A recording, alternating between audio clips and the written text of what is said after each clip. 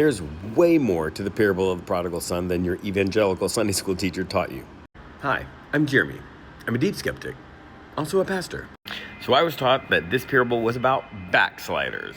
And for those of you who didn't grow up with the evangelical jargon, backsliders are what they call people who were Christians, and by Christians they mean evangelical conservative Christians who had started to sin or drift away from the evangelical interpretation of Christianity by doing things like loving gay people or becoming who they were, or being open to progressive causes like immigration, or also being okay with letting go of the guilt and shame that stream of Christianity constantly heaped on them for every little thing that they might do.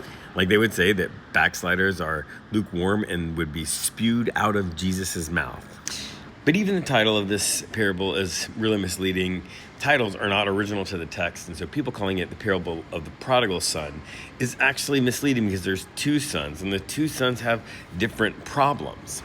But let's start with the prodigal son. The prodigal son, he asks his dad to give him his inheritance early.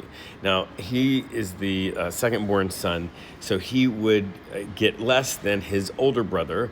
Instead, the older brother get a double portion. Now, in that place, in that culture, this was not all money or stock options. This was generally actual things. And in order for him to take that, he would have to cash it out. And how do you cash out stuff in the ancient world where there's not a pawn shop, there's not a Facebook marketplace? No. You would take your family's prized possessions and go door to door to the neighbors, the people who you see all of the time, and ask them if they would buy them from you. Right? To liquidate all of those assets, he would have to sell them to the people, which meant that he was going to have to say to them that these are his inheritance and he is getting it early, which is very, very offensive. The offense was that it basically told the dad, I wish you were dead. It would be a lot easier for me if you were dead. So could you go ahead and die? And if not, just give me what I would get when you die, which obviously would crush any father. So then it says he goes and squanders all of it on wild living, which means he actually cashed it all out. He went to the neighbors, he got all the stuff, then he went somewhere and just lived it up in all of the ways that you would imagine a young guy might live it up. But he ends up sort of in the pit, right, where he has nothing to eat, he has no resources, and he just wants the kind of food that he's feeding these pigs. And then he realizes, wait a second, what if I could convince my father to hire me? Because he realized his father's servants actually ate better than him, had a way better life than him. And so he decides to go back. And he does the thing that you do where you rehearse the speech all the way back home. And then we see something wonderful. His dad has been waiting for him all along, like just longing for him to come back. And in some way, it feels like his dad knows who he is. He knows what's going to happen. He knows he's going to go and squander it because parents know their kids. And so his dad just keeps waiting for him to hit rock bottom and come back. And when he does, the dad runs out to him with open arms and says, I'm so glad that you've come back.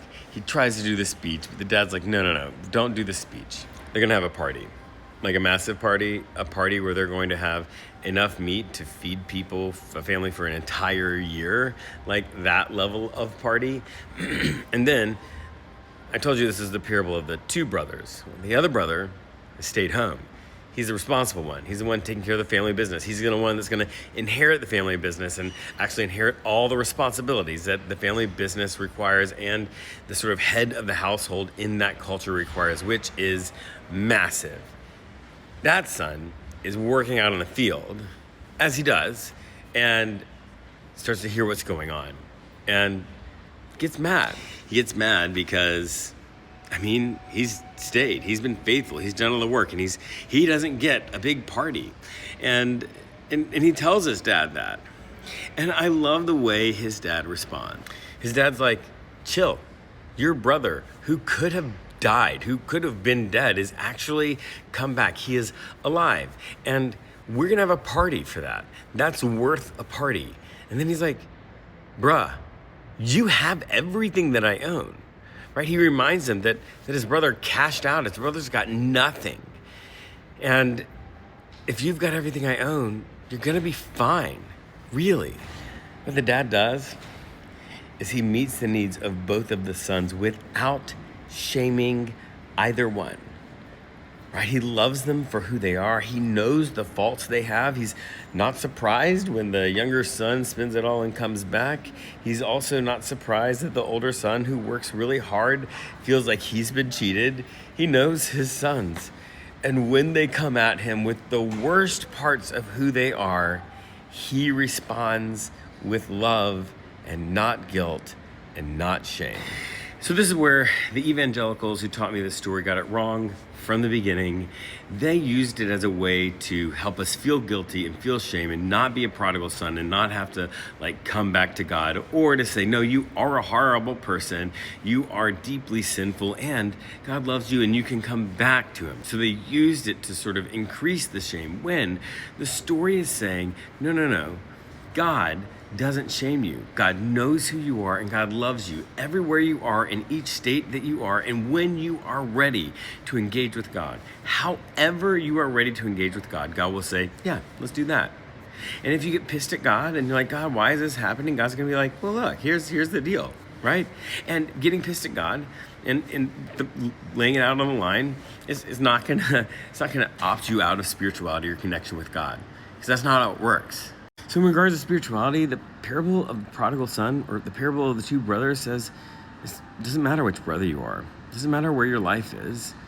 Really, if you want to reach out to God, just reach out to God, right? You want to be spiritual, and you'll find that wherever you are, and however you reach out, God will be there.